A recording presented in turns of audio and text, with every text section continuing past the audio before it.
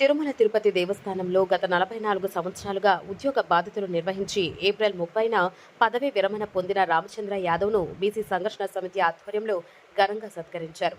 Tirupati press క్లబ్లో ఏర్పాటు చేసిన విలేకరుల సమావేశంలో బీసీ సంఘర్షణ సమితి నాయకులు మాట్లాడుతూ రామచంద్ర యాదవ్ టీటీడీ ఉద్యోగుల సమస్యల పట్ల సామాజిక బాధ్యతగా వ్యవహరించి సమస్యలు పరిష్కరించడంలో విశేష కృషి చేశారని కొనియాడారు.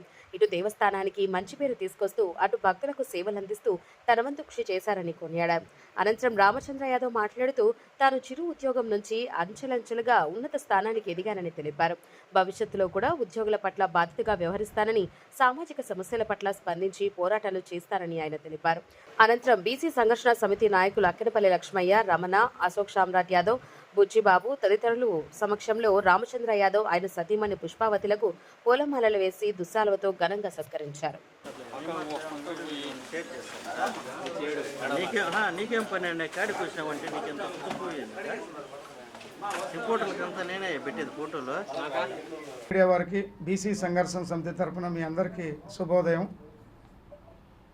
ఈరోజు రామచంద్ర యాదవ్ అన్నగారు 40 సంవత్సరాలు టీటీడీలో ఉద్యోగం చేస్తూ అందరి సమస్యల పట్ల ఒక సామాజిక బాధ్యతతో, ఉద్యోగం అంటే సొంత లాభాన్ని కొరకు చేసేటువంటి వాళ్ళు ఉంటారు, కుటుంబం కొరకే చేసే వాళ్ళు ఉంటారు. కానీ రామచంద్ర యాదవ్ గారు టీటీడీ దేవస్థానంలో అనేక సమస్యలపైన అనేక సంవత్సరాల పాటు నిరంతరం వారి యొక్క హక్కుల కొరకు పోరాడినటువంటి గొప్ప వ్యక్తి రామచంద్రయ్య గారు. అనేక సమస్యలు పరిష్కారం చేసినటువంటి నాయకుడు.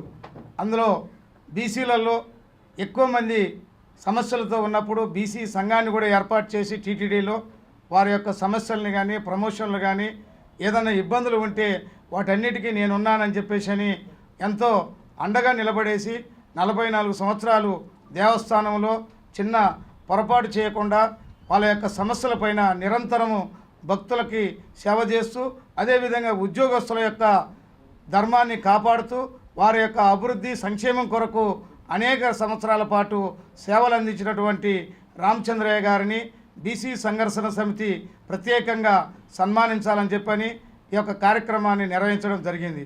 కాబట్టి రామచంద్రయ్య గారంటే మరి 44 సంవత్సరాల పాటు ఈ దేవస్థానంలో ఉద్యోగస్తులకు అందరికీ సుపరిచితుడిగా ఉన్నాడు.